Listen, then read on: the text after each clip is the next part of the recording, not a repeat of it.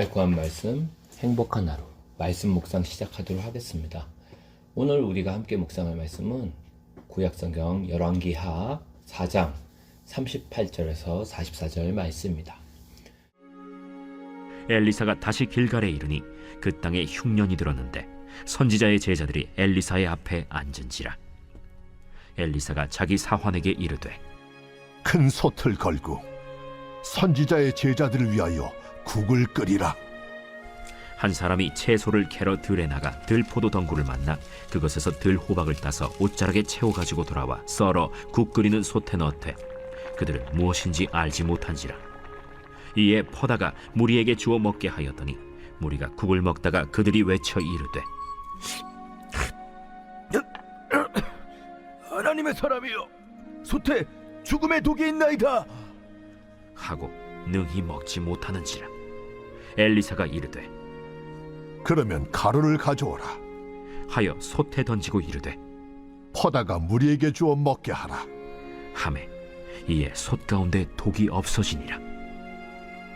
한 사람이 바알 살리사에서부터 와서 처음 만든 떡 곧 보리떡 20개와 또 자루에 담은 채소를 하나님의 사람에게 드린지라. 그가 이르되 무리에게 주어 먹게 하라. 그 사환이 이르되 내가 어찌 이것을 100명에게 주겠나이까? 무리에게 주어 먹게 하라. 여호와의 말씀이 그들이 먹고 남으리라 하셨느니라. 그가 그들 앞에 주었더니 여호와께서 말씀하신 대로 먹고 남았더라.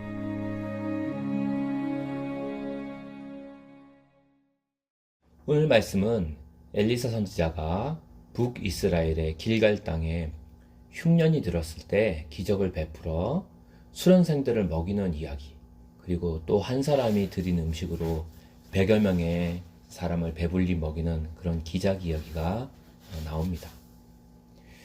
38에서 41절 말씀 보면 당시 엘리사 선지자가 예언자 수련생들과 함께 살던 길갈 땅에 흉년이 듭니다.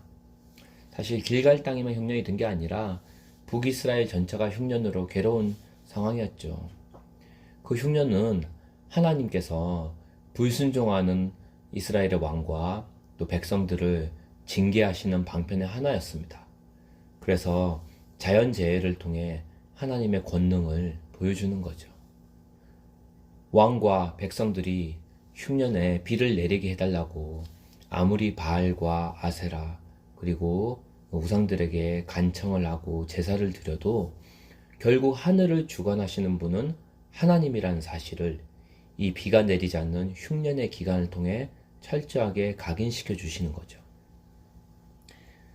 그래서 당시에 어떤 사람이 야생 포도 열매를 구해와서 국을 끓였는데 독이 있어서 그 음식을 도저히 먹을 수가 없었습니다. 하지만 엘리사는 국에 그 독성이 있는 그 국에 밀가루를 뿌려서 독성을 제거하고 또 자신과 함께하는 선지자 수련생들에게 주어서 먹게 하죠. 하나의 기적 이야기라고 볼 수 있겠습니다. 그리고 42절에서 43절 말씀 보면 또 바알 살리사라는 곳에서 온 이름 모를 한 사람이 처음 난 보리로 만든 빵 20덩이와 또 햇곡식 한 자루를 엘리사 선지자에게 가져왔어요. 근데 엘리사는 그 음식을 사람들에게 나눠주라고 했죠. 하지만 엘리사의 시종은 100명의 수련생이 먹기에는 너무 적은 양이라고 난처해합니다. 그러자 엘리사는 먹고도 남을 거라고 하신 하나님의 말씀을 전합니다. 그리고 제차 사람들에게 나눠주어서 먹게 하라고 명령하게 되죠. 비로소 엘리사의 시종이 그 음식을 사람들 앞에 내놓습니다. 그리고 주님 말씀처럼 그 20개의 보리빵과 또 한 자루의 곡식을 가지고 100명이 넘는 사람이 배불리 먹고도 남는 기적이 일어납니다. 그러면서 오늘 이야기가 마치게 되죠. 이걸 보면은 이제 한 두어 가지 정도 우리가 좀 알 수 있는 포인트들인데요. 첫 번째는 믿는 사람도 이 흉년이라는 그 고난의 기간, 환난의 기간을 피해갈 수가 없다는 거죠. 다만 그들은 그 결핍의 때에 공급하시는 하나님의 은총을 경험하게 됩니다. 하나님은 어떤 분입니까? 환난 중에서도 자기 백성을 지키시는 하나님이세요. 그러니까 이렇게 흉년이 든 땅에서도 하나님의 백성들, 하나님을 따르는 사람들을 하나님께서는 돌봐 주시고 먹여 주신다는 거죠. 먹지 못한다고 한 음식을 먹을 것으로 바꿔 주시고, 충분하지 않다라고 한 그 보리빵도 풍족한 식사로 바꾸어 주셨습니다. 그래서 역설적이게도 하나님의 백성은 풍년보다 흉년에 하나님의 은혜와 공급하심을 더 깊이 경험할 수 있었다는 거죠. 그래서 우리가 환난이 있더라도 환난을 그냥 하나님이 우리를 힘들게 하는구나 라고 생각할 게 아니라, 환난이 오히려 하나님을 더욱 경험하는 은혜의 기간이 될 수 있다는 거죠.